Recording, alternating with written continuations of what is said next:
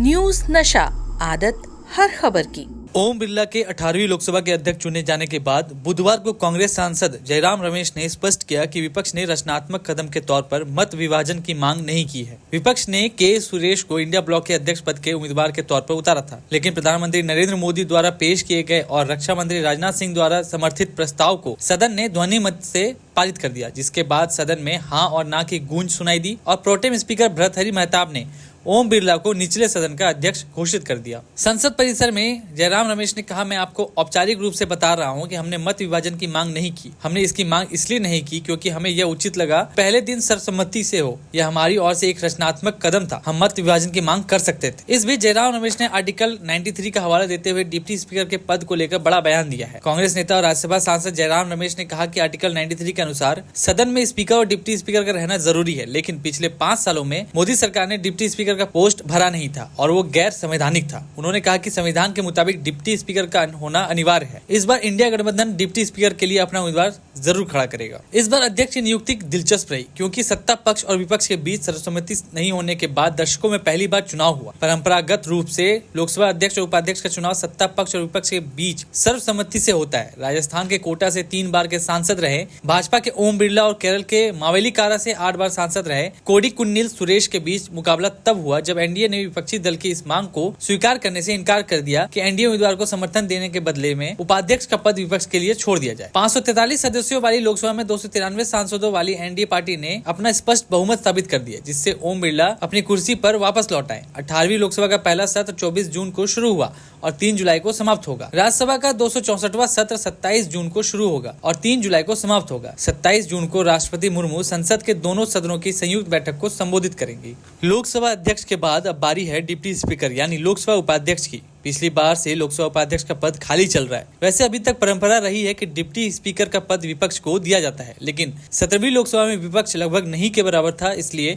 उपाध्यक्ष की जरूरत ही नहीं पड़ी। लेकिन इस बार लोकसभा में विपक्ष की ताकत बढ़ने से कयास लगाए जा रहे हैं कि उपाध्यक्ष का पद विपक्ष के पास चला जाए। 16वीं लोकसभा में 2014-2019 के दौरान बीजेपी के सहयोगी अन्ना द्रमुक के नेता एम थम्बीदुरई उपाध्यक्ष थे। ओम बिरला के अध्यक्ष चुने जाने से पहले कांग्रेस नेता राहुल गांधी ने यह मांग उठाई थी कि अध्यक्ष सत्ता पक्ष का हो, उपाध्यक्ष विपक्षी दलों का होना चाहिए। लेकिन भाजपा के नेतृत्व वाले सत्तारूढ़ राष्ट्रीय जनतांत्रिक गठबंधन एनडीए ने उपाध्यक्ष पद की मांग के लिए विपक्ष की आलोचना की और बताया कि जिन राज्यों में विपक्ष सत्ता में है वहां उपाध्यक्ष का पद सत्तारूढ़ दल ने बरकरार रखा है। राष्ट्रवादी कांग्रेस पार्टी प्रमुख शरद पवार ने भी कहा कि लोकसभा स्पीकर निर्विरोध चुना जाना चाहिए, लेकिन संसदीय परंपरा के अनुसार विपक्षी को उपाध्यक्ष का पद मिलना चाहिए। निश्चित रूप से 6ठी लोकसभा से 16वीं लोकसभा तक उपाध्यक्ष का पद विपक्ष के पास था। 6ठी लोकसभा में एआईएडीएमके के वरिष्ठ नेता एम थम्बीदुरई डिप्टी स्पीकर थे और बीजेपी के सुमित्रा महाजन स्पीकर थी। 17वीं लोकसभा में यह पद खाली रहा। हालांकि ऐसी अटकलें थीं कि यह पद बीजू जनता दल बीजेडी को दिया जा सकता है, लेकिन ऐसा नहीं हुआ। लोकसभा के इतिहास में यह पहली बार हुआ है कि 17वीं लोकसभा के दौरान कोई भी डिप्टी स्पीकर नहीं था। संविधान के अनुच्छेद 95 के अनुसार अध्यक्ष की अनुपस्थिति में डिप्टी स्पीकर ही लोकसभा की कार्रवाई देखता है। अगर स्पीकर अपने पद से इस्तीफा दे दे तो वह इसके लिए डिप्टी स्पीकर को संबोधित करेंगे। आजादी के बाद पहली लोकसभा से लेकर 4थी लोकसभा तक स्पीकर और डिप्टी स्पीकर दोनों ही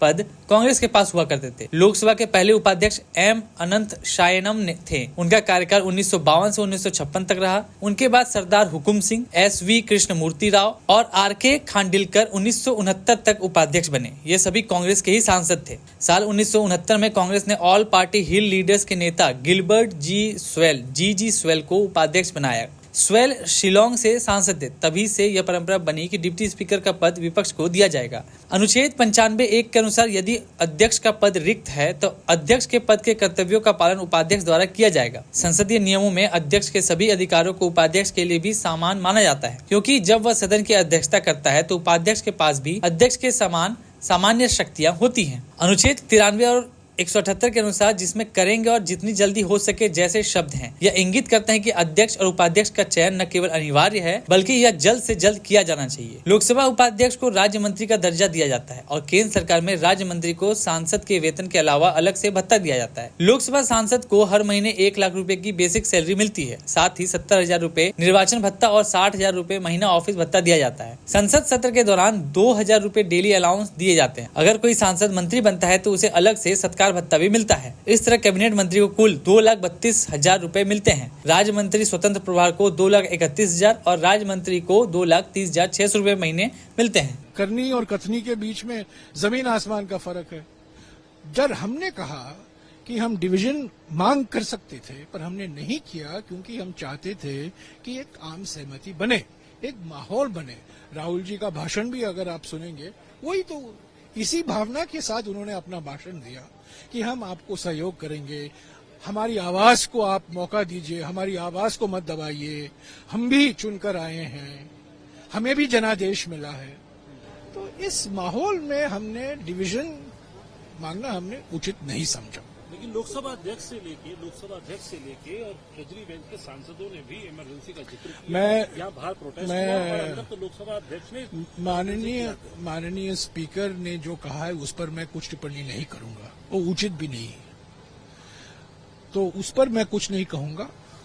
हम स्पीकर का बड़ा सम्मान करते हैं, स्पीकर के पद की गरिमा होती है, उसको भी सम्मान करते हैं और व्यक्ति को भी सम्मान करते हैं। और आज बिरला जी चुनकर आए हैं, अच्छे हैं, उनको हमारी शुभकामनाएं हैं। मैं उन्होंने जो कहा है उन पर मैं कुछ नहीं कहूंगा। सांसदों ने डिवीजन मांगा था पर डिवीजन दिया नहीं, हमने नहीं मांगा। आप लोगों ने, मैं आपको औपचारिक तौर से कह रहा हूं, हमने डिवीजन नहीं मांगा। 1975 में देश में आपातकाल इमरजेंसी लगाने के निर्णय की कड़े शब्दों में निंदा करता है। इसके साथ ही हम उन सभी लोगों की संकल्प शक्ति की सराहना करते हैं जिन्होंने इमरजेंसी का विरोध किया, अभूतपूर्व संघर्ष किया और भारत के लोकतंत्र की रक्षा का दायित्व निभाया।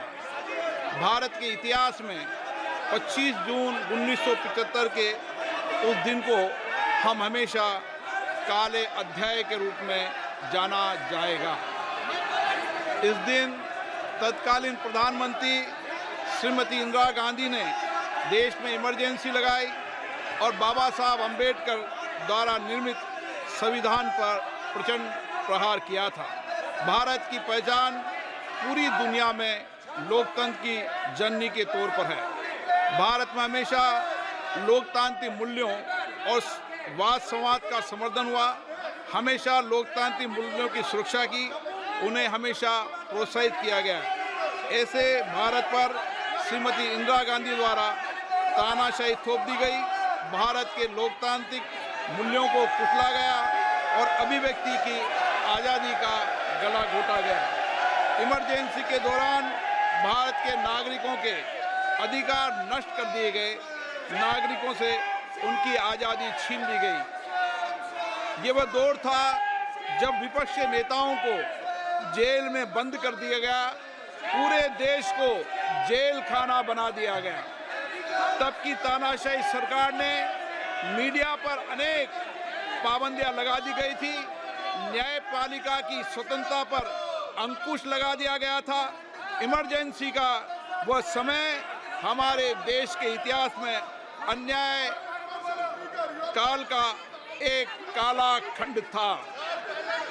आपातकाल इमरजेंसी लगाने के बाद उस समय कांग्रेस सरकार ने कई ऐसे निर्णय किए जिन्होंने हमारे संविधान की भावनाओं को कुचलने का काम किया।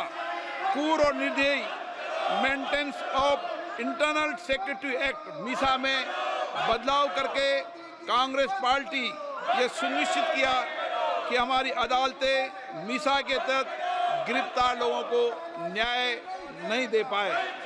मीडिया को सच लिखने से रोकने के लिए parliament president production of publication repeal act, press council repeal act और prevention of publication of objectional matter act लाए गए।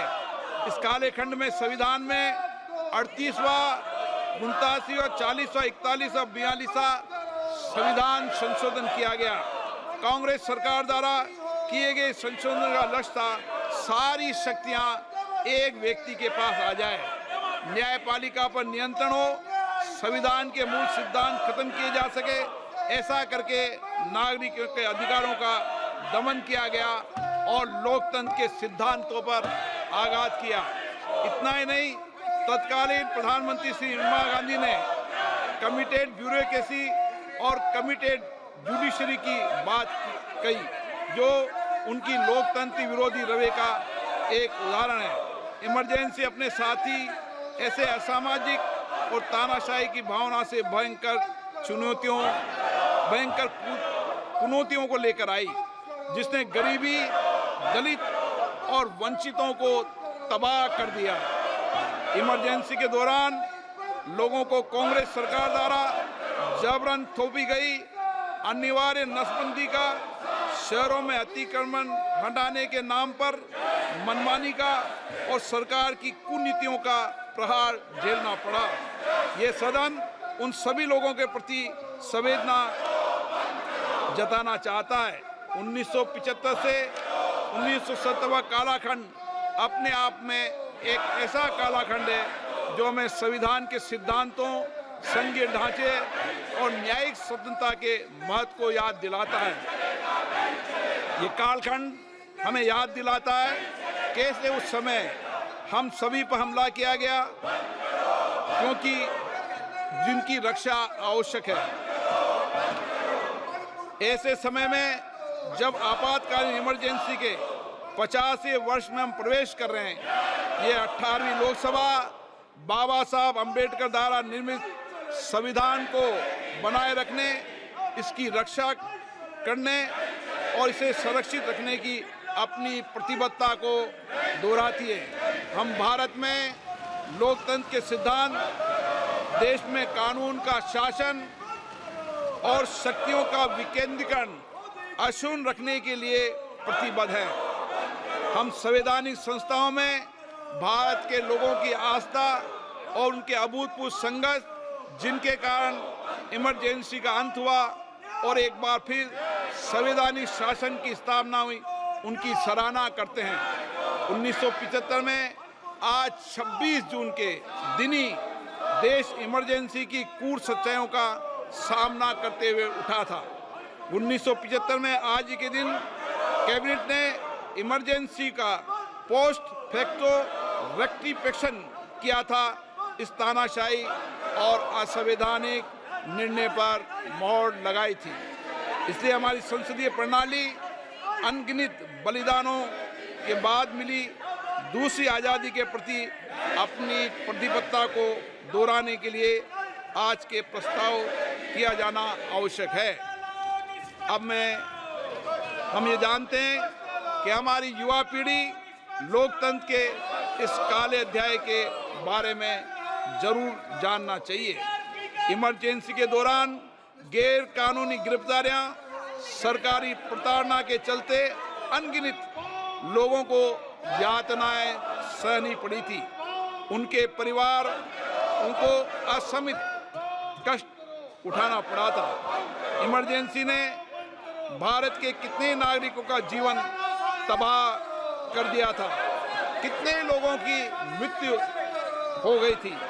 इमरजेंसी के इस काले खंड में कांग्रेस की तानाशाह सरकार के हाथों अपनी जान गंवाने वाले भारत के ऐसे कर्तव्यनिष्ठ और देश में प्रेम करने वाले नागरिकों की स्मृति में हम सब 2 मिनट का मौन रखते हैं।